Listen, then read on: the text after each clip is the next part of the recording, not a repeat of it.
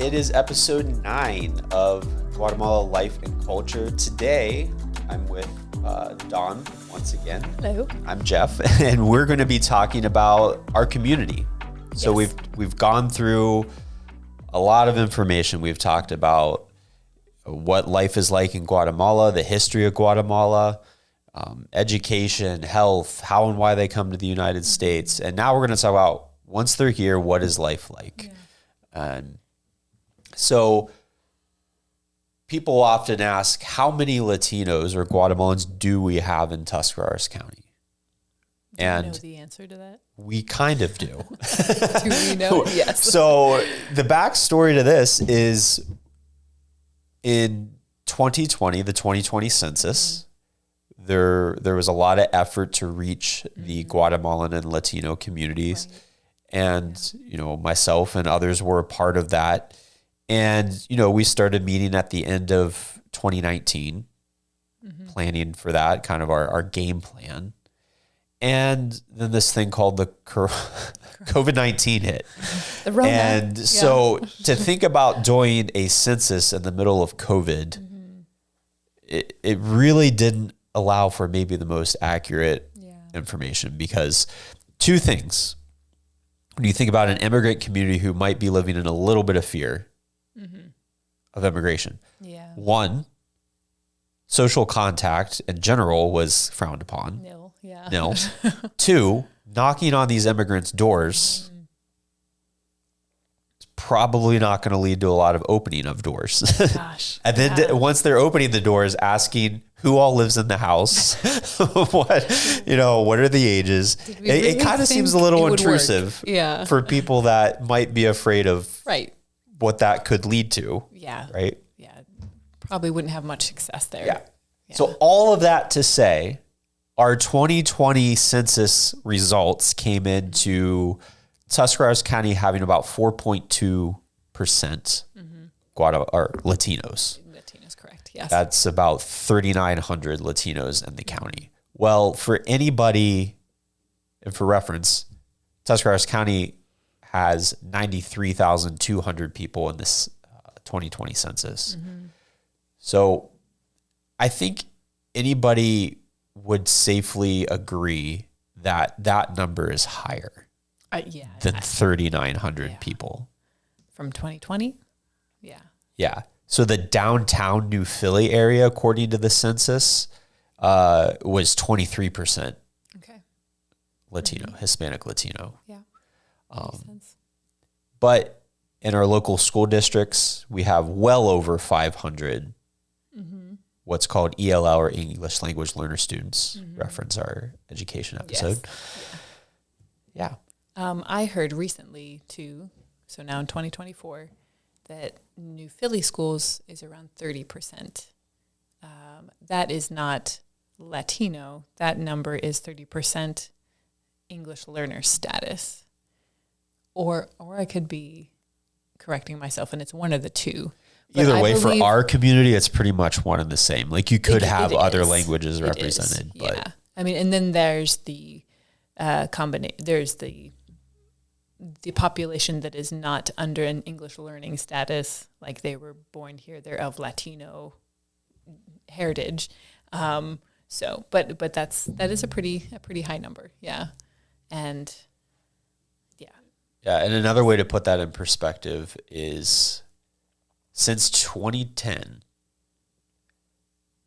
out of all of Ohio counties, Tuscarawas County is third in the state of Ohio for the greatest growth in Hispanic or Latino residents. wow. So since 2010, Tuscarawas County Latino growth is 124% since 2010. That's a lot. Yes. Yeah. That's a big. Absolutely. It's a large amount. Yeah. So having that number of Guatemalans in our community obviously leads to some visual changes out there. Yeah. So you're going to see some tiendas, which is Spanish for store. Yes, it is. You're going to see many of them. Yeah. You know, obviously we talked about in the previous episode, just people dressed a little differently. So it's noticeable. And one of the things with the tiendas, you're going to, I'm sure anybody watching or listening to this has seen a tienda. Yeah. I would encourage you to walk inside one of them. They welcome it. Have you been inside one? Yeah, yes. That's the question. Yeah. They don't frown upon it. Mm-hmm. Like, they'll welcome you into the store. Yeah. There's very good food. Several of them actually have like restaurants inside of them. There's this one in particular that if you're looking at the graphics, Guatemala, located near the fairgrounds. I think it's a pretty visual landmark, or it's a landmark that, the tienda, by the fairgrounds in Dover. Yeah, literally right across from the new Red Barn entrance. Yes. That one, you feel like you're walking into Guatemala because it has a little like produce section in the front. It could have changed by now, but store produce, like mercado feel. And then there are, like, past the aisles, tables that you can sit down and order food from in the back. And it's like you're all in one-stop shop. Clothes is another section. And it really does. It's very authentic. So I having been to Guatemala before, and you as well, you know what it feels like. And it legitimately feels like you've stepped into Guatemala. So it's pretty cool. Yeah. And these are small businesses that are all, legit, and they're contributing to our community. So, it still amazes me. And I think it's kind of like the elephant out there in the room of when you have all these little tiendas like this, how in the world do they all stay in business? Right. Even like overseas in Guatemala, you have like 15 tiendas go around on a block corner, but but here's the deal. Yeah. They all have something unique inside of them. Yeah. And to where maybe the other tiendas don't have it, but also going to the culture of the mountains, the aldeas, you're going to go to the little store that's close to you. So they're kind of like neighborhood stores. Right. And the things, they're like your local convenience store. I mean, kids after school snacks, sodas, medicine, toilet paper, like all the necessary things that it's all there. It is. And another little history snippet for our community. Love these. Yeah. So there's a book called Tuscarawas County Memories. And I was looking through this book one day and I kind of paused and was kind of surprised to see that there's a full page photo of a class from 1908. There was a Mexican school in Rakersville. And it's a picture of Norman Peters, the teacher, with his Mexican students. And it was called the Mexico School. And they're holding up a little chalkboard in the photo. This group of students says Mexico School 08. 1908. Wow. So over 100 years ago, we had an English learner class for Spanish-speaking immigrants in our community. Cool. That's pretty cool. Pretty crazy.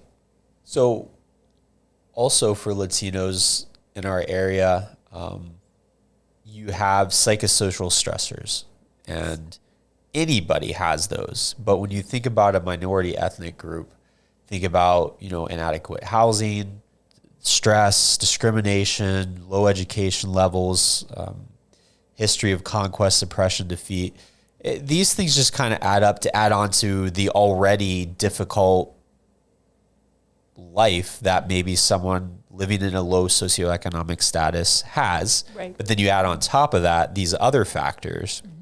It can be that much more stressful for those families. Because you're not only thinking about your immediate circumstances, you're also always carrying your family back home in your home country. Like, they could be very well going through the same types of things, or poverty and just to name one. So you're not only carrying your immediate surroundings, but you're thinking, because you have communication with like family back home. Yeah. And then that makes you obviously feel that divide. Yeah. And so many things. So Dawn, why don't they just learn English? What's What do you wrong mean? with them? Like they're Why don't they learn You English? mean they're living here? They should have learned by now? Yeah. Kind of thing. Why not? Yeah. Huh? So, Listen, English is hard. I'm sure you English is anyone not listening to this easy. podcast realizes that we might not have a grasp on the English language. Right, yeah. But the amount of times that someone has come up to me when they know that I've learned Spanish, that it's almost like verbatim, put money on it. This is the response from the person is like, oh, I took Spanish in high school. Yeah, for sure. But I never stuck with it, right? Yes, every time, absolutely, yeah. every time. And the thing is one, I don't think languages are taught well Correct. in the States. Yeah. Because, well, I don't want to get any Spanish teachers or foreign language teachers mad at me, but we love our Spanish teachers, but yes. we do. Yeah. There needs to be a focus on just communicating. Yeah. That grammar stuff can kind of Conjugations can wait. Yeah. But, and it's, yeah. I was homeschooled as well. So I'll always say, yeah, I had quote unquote 4 years of Spanish because it was a book and a CD-ROM, and that was my Spanish class because I taught myself, and I did Rosetta Stone. so yeah, there was no one teaching you. There was just trying to get some exposure, right? But yeah, often it's the whole foundation of like, this is the language in general. This is how it's set up. This is how you conjugate the verbs and whatnot. But actually practicing. Yeah. But whenever you get thrown Yeah. into a country, you and I both been in this situation Yes. where you're thrown into the country and there's no other way to communicate but figuring it out. Oh yeah. Yeah. Rules, You learn so much rules faster. and Right? things You don't make care what no the sense. conjugation is No. at that point. don't. You just want to get your groceries. Yes. Speaking of which, when I went to Spain in high school for a high school Spanish club, I ended up ordering at a McDonald's and ended up with 6 hamburgers. Oh, what a shame. Yeah. You were right. I you have wasn't too friends disappointed to about share that. them with? But Yeah. definitely wanted one. The But very first thing that I don't know what the very first thing I said in Spanish was, but what I remember was just like having zero understanding of what the words were, right? Like meeting someone, and I was with other people who spoke English and Spanish, and they were like, okay, say your name. And I was trying to repeat after them, and I just said, tu nombre es Don, which is your name is Don. But they got it. But it didn't make any sense to me. I had no idea what I was saying. Like as far as rules they knew or what like you were saying. words. Sure. Absolutely. Yeah. And that's what I try to encourage people. Like if you hear someone who's learning English say, me want store. Well, do we really think they want to buy the store? No. Right. Was that perfect English? Not even close. No. But do we know what they mean? They want to go to the store. So have that grace for them. Have it for yourself. It's okay. Like you're going to slowly fill in those gaps to make it more fine-tuned as you interact. So we digress. Back to our point of why don't they learn English? Well, the reason is, we were just talking about this. If you're in Spanish class, you need to be using it every day, all the time, hearing it, speaking it, writing it, everything. Yes. So to learn basic communication skills, hello, how are you? Hey, the weather's nice. Hey, do you have a dog? Oh, I have a sister. All Where that is stuff. the bathroom? Yeah, bathroom. That takes 6 months to 2 years to learn well. Yeah. Then you go to cognitive academic language, which is your maybe at work or when you visit the hospital or court or the school. Yeah. That can take 5 to 7 years to learn well. So again, it takes time and it takes using it a lot to afford yourself to make those mistakes to learn the lessons. Yes. Right. Absolutely. And as we talked about in our language episode, there could be a cultural gap in that too. But we encourage you to look back on that one. And the other thing about when you know a language, and we'll give 2 examples of this, when you're in crisis mode, you're going to revert back to your native language. Yeah. Like, so whenever I'm overseas and I get kind of irritated and I kind of want to like tell someone off, boy, do I wish I was like even more fluent in whatever language that was. Cause I'm like, if they spoke English, I could really let them have it right now. But even if I know a little bit of that language, it's not going to have the same effect, right? So in crisis situations, example number one, car accident. You're in a car accident, you don't know English well in the community, you know, you're Guatemalan in the community. Right. Yeah. Law enforcement shows up, you know, obviously anyone's kind of shaken up no matter how minor that is. Right. Yeah. Your body kind of feels it, right? So even if you know that basic English, the minute you're in that situation, it's going to kind of go out of your head. It's going to be a lot more difficult to remember the language to be able to speak it. And when someone is speaking to you in a way that is probably a time constraint of like, I need an answer fast. Yeah. And like put ourselves in those shoes. If you just change what you're saying a little bit, your brain can just play tricks on you. You're like, I thought I knew what they were saying. Now I'm not so sure. So keeping it simple and not just like, well, they didn't get that. Let me change it a little bit and say something else. Like, it's not always the best trick. When it's like those games, if anyone's ever played those, where it's like you have 5 seconds to list 3, you know, so stressful airports or whatever. It's like, if you give me 20 minutes, I could do that easily. But when you need to do it now, you're exactly what you said. Your brain just doesn't function well. Yeah.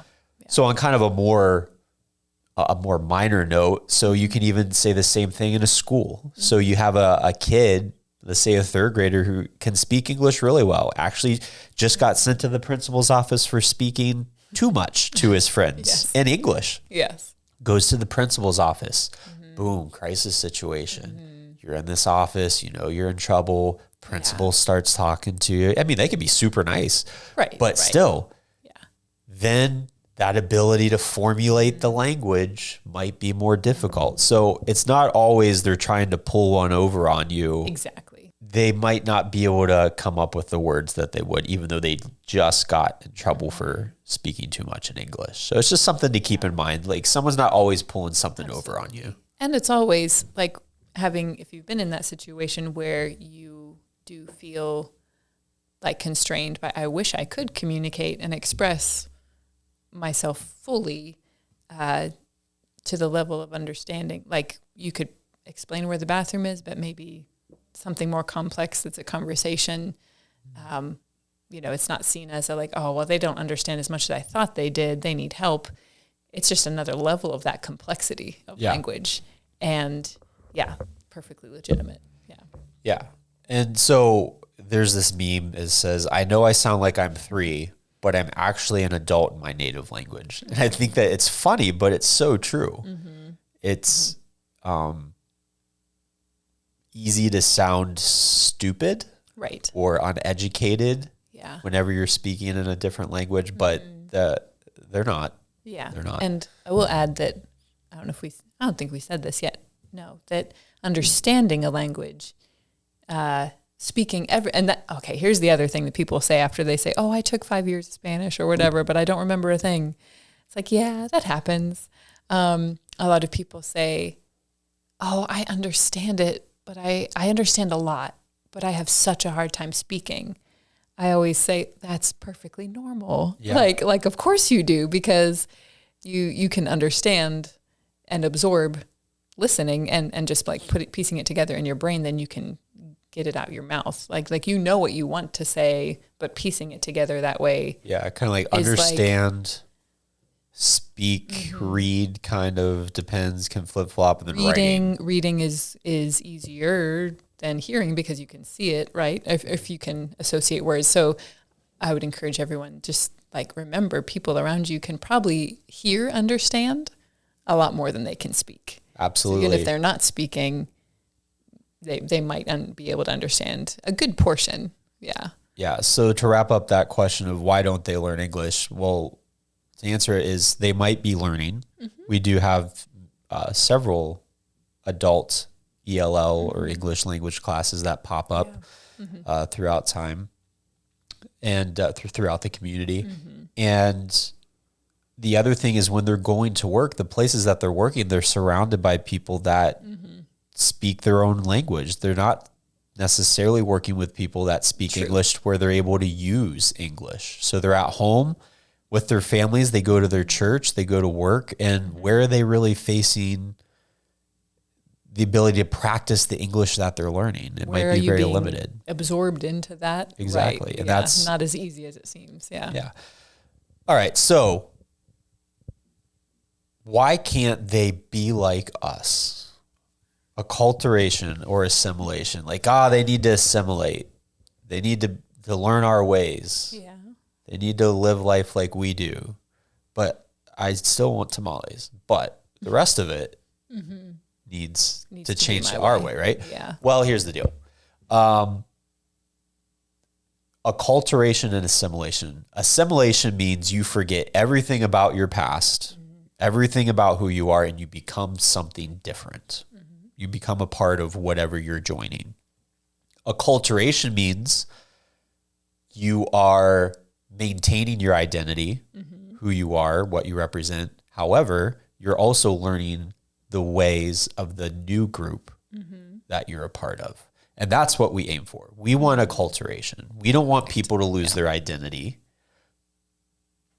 Right. Right? We do not. But no. they also want to learn how to be a part of our community. And so young children will learn English and become acculturated because of schools. You know, they'll learn much faster.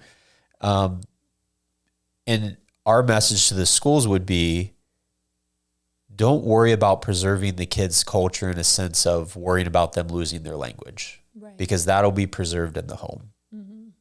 Right? Which is also, I mean, to a degree, it is difficult to fully keep both. Or, I mean, the foundation is always there, yeah. But there are older students where I have heard parents say it is this interesting dynamic where the student is more American because of how they've been acculturated in school so well that, yeah, they're more comfortable with English language, with other practices, I guess, but mostly just the language piece of speaking Spanish or another language. Obviously, the less you practice it, the less you use it, right? The less fresh it is. But yes, they will, most likely parents are using it a lot at home, so they're definitely getting exposure. So that, and again, that goes to the acculturation of maintaining that. But there's a quote from the book, The Ungrateful Refugee by Dina Nayeri. And the quote is, "We need each other to make a community. The immigrant can't transform by sheer will." And I love that quote because it goes to acculturation, and it goes to say, you hear people saying they want these immigrant groups to be a certain way, but yet they're not willing to help that immigrant group know how to become a part of that community or know how things are done. So one of the ways that to accomplish that is everyone has to step outside of their comfort zone.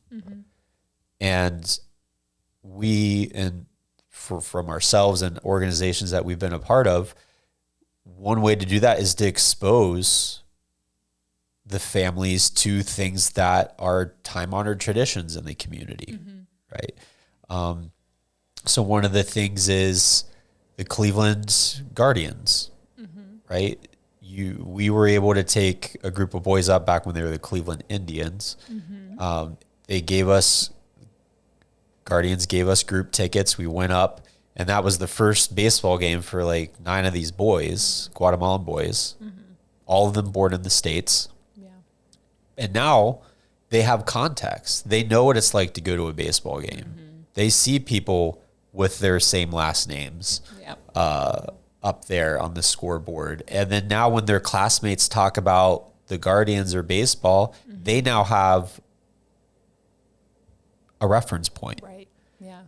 Ice skating, any of the fairs, all these sorts of things. Like we as a people, as members of this community can help the new members of the community be a part of that, because they might not know how. I know, like, when I go visit another country, I have no idea what I'm doing half the time. Yeah. And I rely on my local hosts to show me the way of the people or the town or the community. And when I'm talking, like, I'm not talking about, like, you know, vacation type stuff. I'm talking about living with the people in the community. Yeah, not touristy stuff. Right. That you kind of dictate your own thing. But this is like, if I really want to learn what life in Guatemala is like, I'm going to go stay with the family, and then I'm going to go do whatever they have me do. And then I come back and I know now. Right. Trips like going to the beach. You know, I was trying to think of another group one. And so exactly Dawn, what we did. Yeah. A group of our friends, we actually went with a couple Guatemalan families down to a beach a couple years ago now. Down in North Carolina. And what was great. It was a great experience. We had a house, and so a couple cultural snafus happened, right? Mainly surrounding food. Right. And so one of the instances when we're at the beach house, it was a Saturday. So I graduated from Ohio State, and this was a Saturday in September. And so obviously the Ohio State Buckeyes were playing Oregon. So if any of you really want to timestamp this episode, you can go research when this was. And so we were going to grill some hot dogs and have a little kind of tailgatey type food for that day. It was our last full day there at the beach. Oh, it was. And so we went out. I forget what we did. Whenever we came back to the house, our Guatemalan families decided to make lunch for us. Yes, they did. And it was super nice. Yeah. But it wasn't something that I was really looking forward to. Our hot dogs were gone. Yeah. And they were now in this like egg. Yeah, it was like some sort of brunch, scrambled eggs, and little chopped up hot dogs that I used to eat with macaroni and cheese type of meal. But we had a plan, and now our plan was thwarted. And we had already been to Walmart probably several times throughout the week for more food and more supplies. So that was a bit of a hiccup, and I don't remember what Plan B was. Oh, I don't think there was one. No, but another, the one we were in charge of, like we were hosting the families and giving them this experience of a typical American vacation, right? East Coast vacation. And there was one day where they offered to make food. And if you compare our meals with theirs, like the abundance, like they go above and beyond. They take. Yeah, we were put to shame. They start from scratch. Like, they are making the salsa by boiling tomatoes and peppers and like then pureeing it and then like everything from scratch for us, and there were so many leftovers, and that's just how it's done. You have an abundance. So there were definitely a lot of good cultural experiences shared by both parties. Say. And we tell that story just to show you like the acculturation, right? It was an American thing to show, this is the type of a typical American vacation to the beach on the East Coast. Yeah. But within that, there is some Guatemalan culture, and it was fine. Yeah. It was different than maybe we had planned, but when you have that mixture of things, that's what makes things special. That's what makes the United States. Yeah. Not to get all sappy, but sure, that's the cliche, right? Pot. Yeah. So just if you try to be like, no, that's not the way we do it here, not just for like that vacation, but anything in our community, you're really going to kind of turn them off, and they're going to lose their identity, and they're probably not going to want to listen to you anyway, to be honest. So we also, in our community, there has been some projects that have been done to kind of show that Guatemalan culture in our community. And so one of the things that was started by the Tuscarawas Arts Partnership and myself several years ago now was where students Latino students in grades 6 through 12 would do a different art medium project and camp each year. So the first year we had a mural project, which can now be seen in downtown New Philly on the side of the Mad Bros building. And when you look at it, it looks like a quilt. Yeah, it does. And the whole idea behind the artwork was quilts are kind of a thing, Amish country. Right. So you're kind of taking that piece of culture, but the pieces that make up that quilt are all very detailed and some sort of unique to their culture, or something that means something to them. And the next year, there was a photo book done called Through Our Lens. These are available at the libraries. And these are just kind of photos of their everyday lives. Yeah. And so it was really cool for them to be able to share their culture in that way. Kind of peels back the curtain a little bit of these students taking pictures. And then the third year, it was music. Yeah. And they put on a concert, which was really awesome, sang some American songs and some Guatemalan songs. And then the most recent year, the fourth year, they did dance. So 4 years of it already. Yeah. It's crazy. But it's really cool because you're really starting to see the community become their own and the community embracing that. Yeah. The community is acculturating. Absolutely. Right? Yeah. This is very much a part of what we see now, like visually, when you go out and about. That's just not, that's a representation of people who live here. Absolutely. It's very cool. Yeah. And so the little free libraries in Dover behind, what's the name of the ice cream place in Dover there off Worcester? Softies. So behind Softies, one of our Dover High School students designed that, and it's got the corte and the typical traditional dress on it. So if anyone's around Softies in Dover, check that out. It's really cool. And so to kind of go back, so what are the stressors on the families that are here? So we've had our immigration episodes. Yes. Here is a lot of times these students who were born either here or have been here most of their life, they become kind of the cultural broker for the family, the mediator. They're the ones that answer the phone. They're the ones that communicate to the landlord, to law enforcement in some cases, or EMS. Like, they're kind of put in these spots where they're knowing and becoming more adult than they need be because of the situation of their family. Like, so not only do the children know the language better, but they also understand the culture better. Right. So they know how to navigate that even at a younger age better than their parents might. So kids interpreting, big pet peeve of mine. If you are any official agency, business, or whatever, and you have children interpreting, that means anyone under the age of 18. Yeah. That is not ethical, bottom line. And in a lot of cases, it's not legal. Yeah. And so the resources are there or available for those places to find and hire appropriate interpreters. Right. There should never be a minor interpreting. Yeah.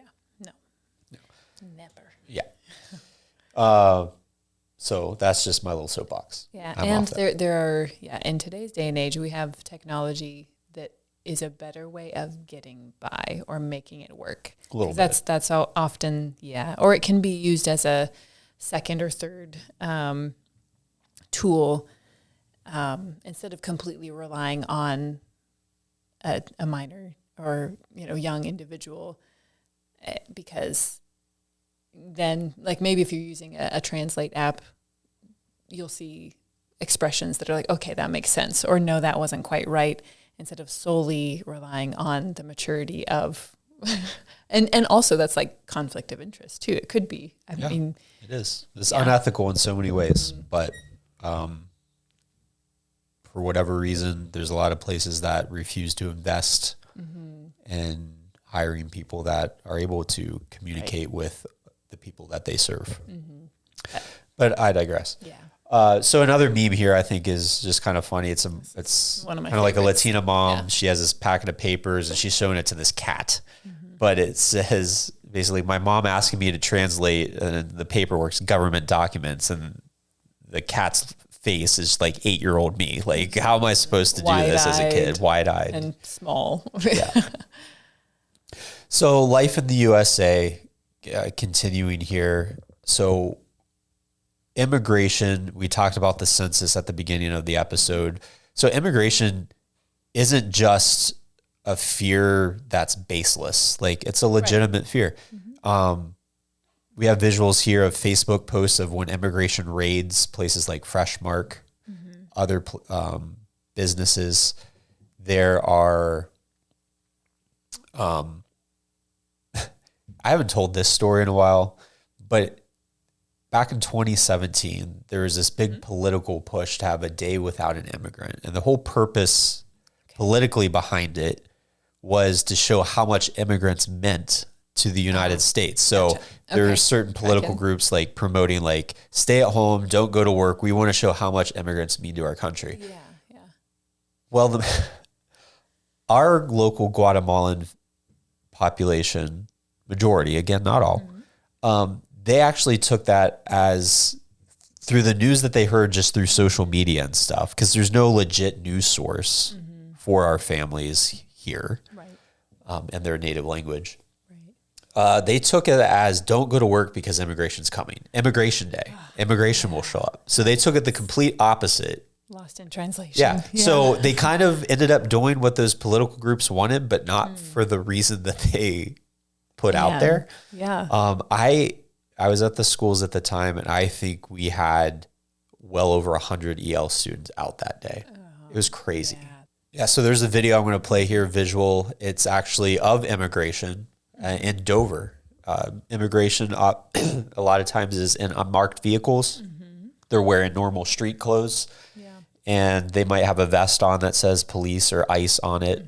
ICE stands for Immigration Customs Enforcement. They used to be called INS. So people who are older might recall that acronym. But anyway, this video here, you can see it was filmed by a Guatemalan gentleman, and it's in front of the Dover Pizza Hut there by the bridge. You can see that in the background. And this is what they're afraid. You know, we've had family broken apart because dad goes outside to get in his car to go to work, and immigration's out there waiting for him. And they get this information from court documents. They're not legally allowed to get any information from schools or churches, but they can get the information from court or public record that's out there. So again, so when you go back to the census and you're saying, you live at this address, this is your name, not that those census people were going to do anything, but immigration, even though it was said that immigration was not allowed to use that census data, I mean, still, if you're in that situation, do I really trust it? So this next thing here is a screenshot of text conversation I had. It was U.S.-born kids at home. Their parents were at work. Parents were Guatemalan. And they're just like, Jeff, what's up? And they said, you know, the police are outside our house. We are all alone with our siblings. My parents are at work. I don't know what to do. I think my dad is home. And I just responded, call me, because it's a lot easier to talk than do that. And then they said, I can't answer. I will make noise. They opened the window. Jeez. Well, when she said they opened the window, I think she meant her siblings. Not the police. Not the police. Yes, that is. And then she ended up sending me a picture and a video, which you can see on here. And the picture is just of local police department outside. And basically, to make a long story short, they were there for the neighbor. It had nothing to do with it. But it just goes to show you the fear, whether it should be there or not. Like, the local police departments can't do anything about, they can't deport people, right? No. They're not looking to deport people, the local police departments. But for the youth and families, sometimes they have trouble with that line of understanding that. Absolutely. Yeah. And I've made a couple home visits with our attendance officers or the resource officer, with the attendance director from school, making home visits, and basically they have invited me to go along with him, and I strongly encourage it, to see a familiar face, because then you can try to bridge that gap of, this officer is here to check on you to see if you're okay. And from that point forward, and then you've created a bridge. Start from there and see, oh, okay, yeah.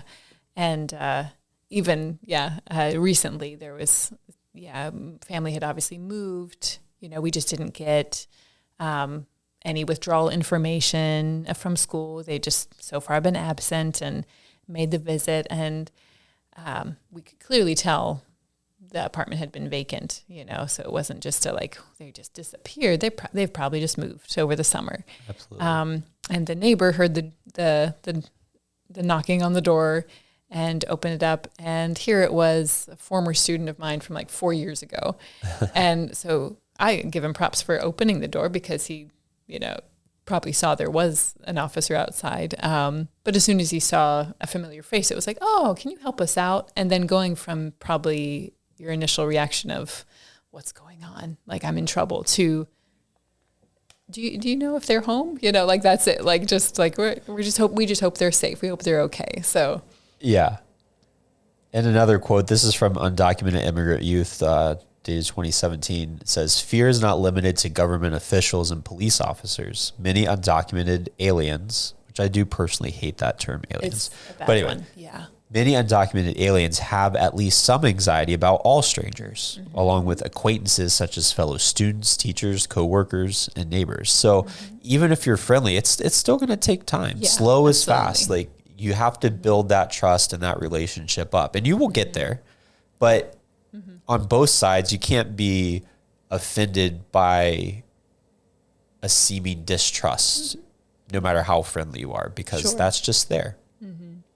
And you can see a picture here of a local New Philly police officer during Halloween time with a couple Latino kids dressed as police officers with him. So Very it's pretty proudly, cool. yes. Very proudly, yes.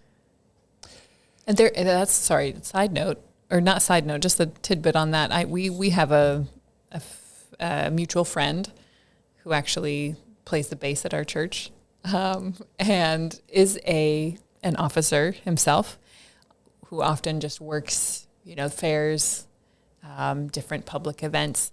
And his feedback questions to me have been, why do so many Latino people want a picture with an officer? I'm like, well, it's because you're famous. Uniform is status. And I think it's just a hey family, look, it's me with an officer. It's not a disrespectful thing at all. It's more of I'm thankful for you, or I'm just I think you're cool. Yeah. As simple as that. So there is kind of this appreciation that I think is, I'm happy to see that side, and I'm not going to make eye contact with you and turn the other way just because you're an officer. Right. So, and the officers appreciate that too, because they want to help. Absolutely. That's absolutely their goal. So it's something called the fear cascade. Basically, it's something seemingly simple can turn into a bigger issue for a family, or for, I should say, a person who's maybe been through a lot. Think of Julio, the guy that we referenced during our immigration episodes. Yeah. Maybe he went through a lot on his journey to get here, and when he was in Guatemala, and he's finally here. But this fear cascade, basically, it goes from your senses. So maybe you hear someone screaming. Most of us would be like, oh, that's weird. But maybe Julio had heard something screaming on his journey, and that leads to, oh, this is a dangerous situation, to feeling helpless, to feeling rage, to breathing fast. And all of a sudden, they're physically feeling the effects of that. Or it could be seeing a police officer, even though that local police officer means no harm. Maybe the officer that they ran into in Guatemala or on their journey up through Mexico was. Absolutely. And that leads to the feeling, I can't do anything, or just kind of, that's called the fear cascade, just dominoes, one thing after another, which on the outside, it might not make sense. And to them themselves, it might not make sense, but it can affect them. So we'll kind of wrap up with a couple quotes, which I think kind of bring together our community. Yeah. And one is Benjamin Ferencz. I hope I'm pronouncing that correctly. Sure. He was one of the last living Nuremberg trial prosecutors after World War II. And so during the Nuremberg trials, he was the principal trial lawyer for the United States when the Nazis were being tried. And this is a quote that he had. He said, "My sister was born in the same bed I was later born in, same house. When she was born, she was a Hungarian. When I was born 18 months later, I was a Romanian. It doesn't really matter what you call the country. What matters is how you treat the people in the country." So I think that's just a great quote of going back to labels, right? Yeah. And you can agree or disagree with people's decisions, how and why they come, how they choose to live their lives. But in the end, they still are a person. And if we really want a community that thrives, we have to be willing to meet halfway. Is it a lot of work? Yes. Do people feel like that should be their responsibility? Probably not, but it is. Yeah. Fair or not fair. That's life. That's community. That's civilization. And so another quote by Gary Hagen, "When our grandchildren ask us where we were when the voiceless and the vulnerable in our era needed leaders of compassion and purpose, I hope we can say that we showed up and that we showed up on time." So that's my challenge to anybody that's listened to this episode or our other episodes, is to just do what you can, right? Be that friendly neighbor. You don't have to create social change. Just wherever you are, whatever you're doing, take that extra little step outside of your comfort zone to make our community that much more whole. Right? Well said. Yeah. Thanks. All right. So again, thank you for joining us for this episode. We will have a link at the bottom. There are a bunch of books and documentaries and movies that would kind of enrich your learning experience that we encourage you to either look up on Amazon or Netflix or your local library, wherever they may be. And we also have our contact info. Be more than happy to answer your questions, meet one-on-one, just kind of further the conversation. So that wraps up the 9th episode. We hope to see you in the future.